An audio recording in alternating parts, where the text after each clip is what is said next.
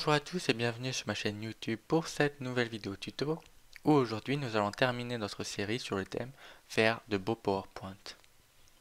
Donc je vous rappelle que vous pouvez télécharger gratuitement le support PDF associé à cette série.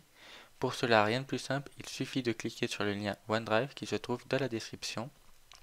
C'est totalement gratuit et au moment où sortira cette vidéo, il devrait y avoir la version 6 de cette procédure qui sera la version finale.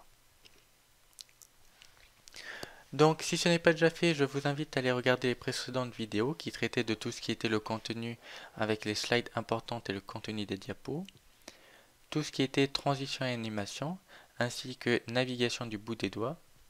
Et donc aujourd'hui, pour terminer, j'ai rajouté cette petite partie sur les masques de diapositives, qui est une fonctionnalité que j'ai découvert au cours de cette série de vidéos. C'est un commentaire d'un membre de la House of Fun qui m'a permis de découvrir cette fonctionnalité que j'avais déjà cherché précédemment mais que je n'avais pas pu trouver faute du bon mot-clé. Et donc aujourd'hui je vais vous expliquer un petit peu en quoi cela consiste. Donc l'idée c'est en fait de décomposer notre diapositive finale en deux parties, le masque et le contenu. Le masque en fait va représenter un petit peu l'arrière-plan, que ce soit l'entête, que ce soit la barre de navigation, que ce soit le fond d'écran, etc. Auquel donc on va venir ajouter tout ce qui va être le contenu, les différentes images, graphiques, photos, etc. Et associés ensemble, cela va permettre d'avoir nos diapositives finales.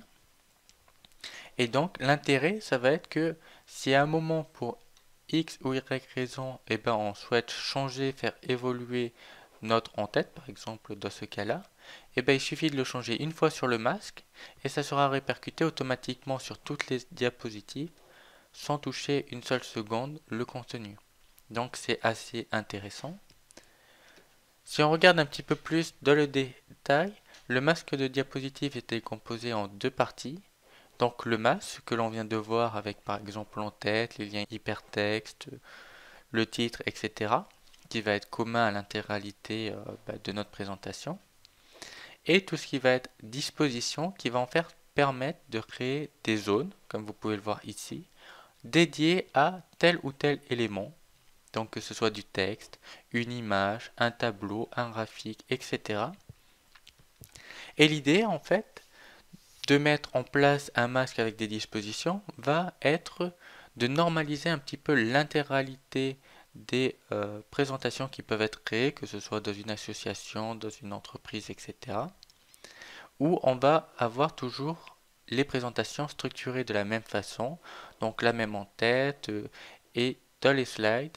Des slides où il y aura du texte ici avec une image là, des slides où il y aura du texte là, un tableau en dessous et un graphique sur la droite, etc. etc.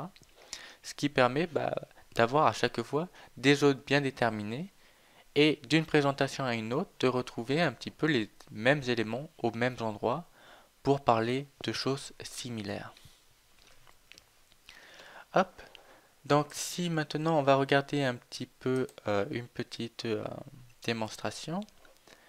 Donc pour ouvrir le menu, il faut aller dans Affichage et cliquer sur ce petit bouton là qui s'appelle Masque des diapositives. Et si l'on clique dessus, voilà, toute la partie vient d'évoluer. Donc sur la partie de gauche, on voit les différents masques, 1, 2, 3 et 4. Et on voit en dessous, avec les petits traits, les différentes dispositions.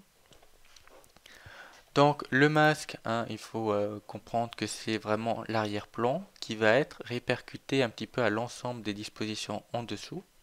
C'est un petit peu comme si on avait des calques. Le masque, ça va être le calque le plus en dessous. Ensuite, on va mettre les dispositions qui va être le calque de la couche au-dessus. Et ensuite, enfin, le contenu qui va être le dernier calque.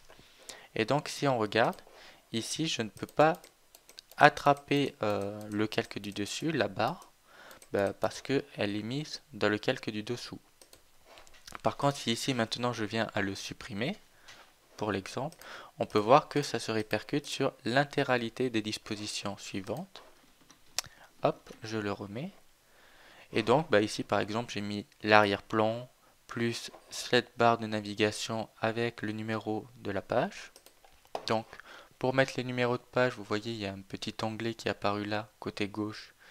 Et on peut mettre mise en page du masque et rajouter numéro de la diapositive. Hop, voilà, ça vient de le rajouter là. Après, on peut le déplacer, etc. Et donc, dans les dispositions, pour cet exemple-là, par exemple, j'ai fait une disposition par partie, donc par application ouverte. Ce qui permet d'avoir toujours donc, les liens hypertextes, hein, et qui vont s'appliquer sur l'intégralité du document. Donc si j'ai envie de changer les liens hypertextes, je peux le faire très rapidement, hein.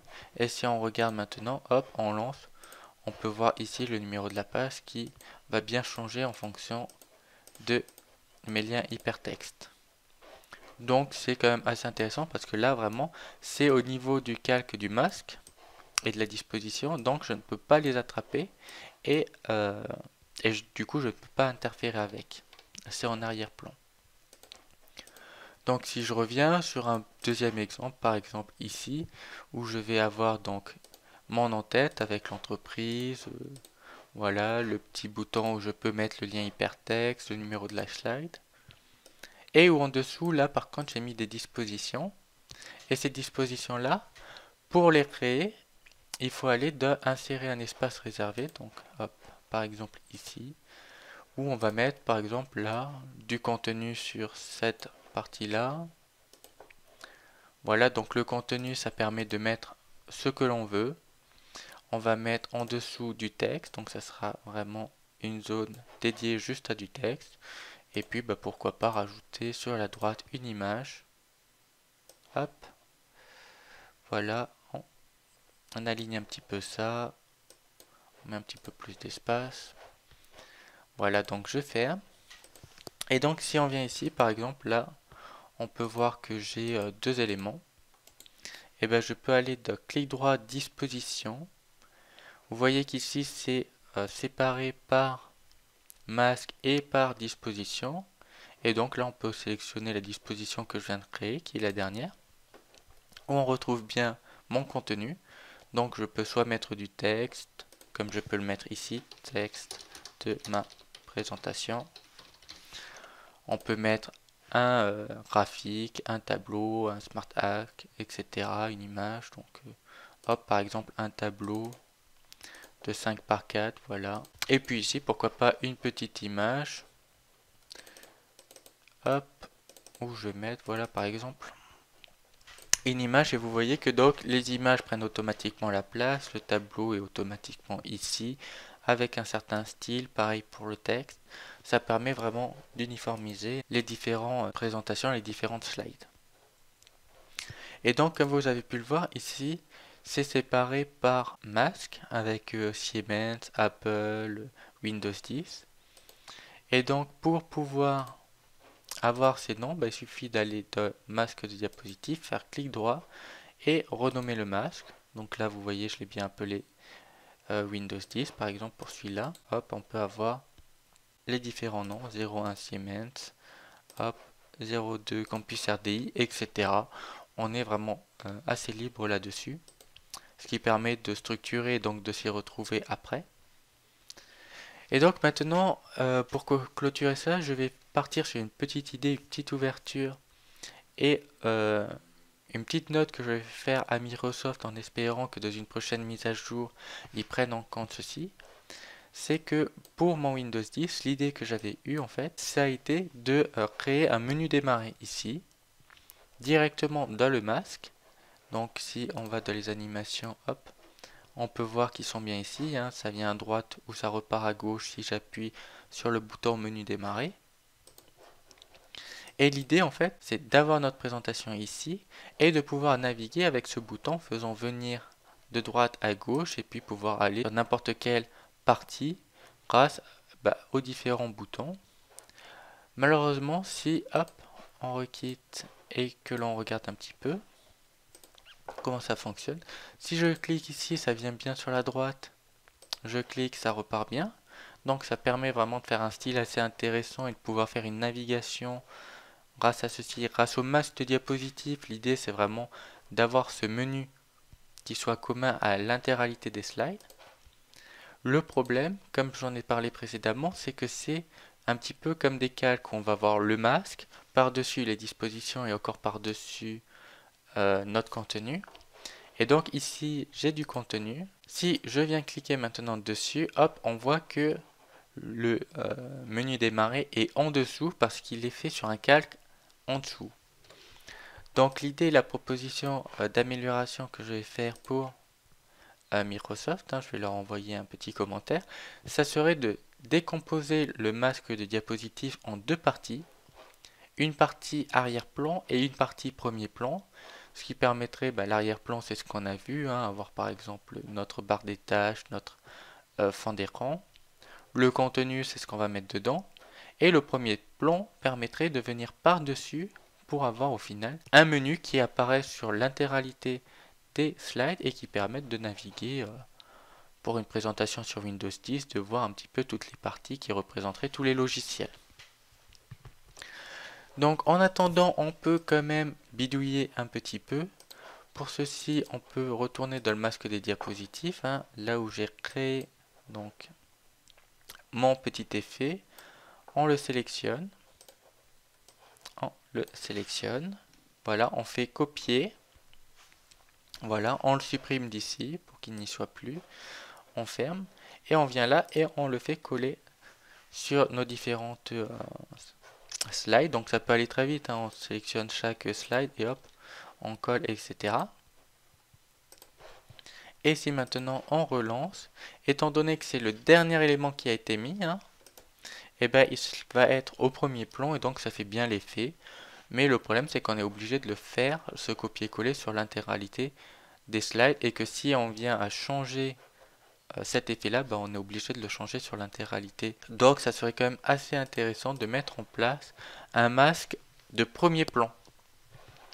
Voilà, petite idée Microsoft, je vous enverrai ça très rapidement.